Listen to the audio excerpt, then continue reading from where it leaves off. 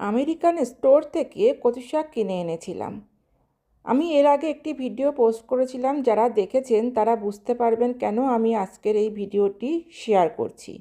দেখতেই পাচ্ছেন কচু শাক রান্নার পরের কি অবস্থা, একদম পুরো ধরা ধরা রয়েছে, একদমই সেদ্ধ হয়নি।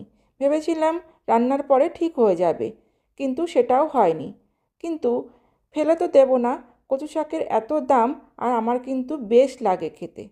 সেই কারণে মাথা থেকে এমন একটা বুদ্ধি বার করলাম যে কিভাবে খাওয়া যায়। দেখতে পাচ্ছেন এখানে আমি কচু শাকটা মিক্সার গ্রাইন্ডারে একটু পিষে নিচ্ছি। এরপরে একটু ফ্রাই প্যানে তেল দিয়ে বেশ শুকনো করে নেব। যেহেতু আমার রান্নাটা আগেই হয়ে গেছে, সেই কারণে এর মধ্যে আমার আর কিছুই দেওয়ার নেই। অনেকক্ষণ ধরে নাড়াচাড়া করার পরে এই শুকনো ভাবটা যখন হয়ে এলো তখন নামিয়ে নিয়েছি। আর আমার কাছে কয়েকটা ছোলা সিদ্ধ ছিল, সেটা আমি জাস্ট এতে অ্যাড করে দিয়েছি। কখনো যদি আপনাদের সাথে এমনটি হয়ে থাকে, যদি না সিদ্ধ হয়, তাহলে কিন্তু ফেলে দেবেন না, এইভাবে খেয়ে দেখতে পারেন, খুব একটা কিন্তু মন্দ লাগে না।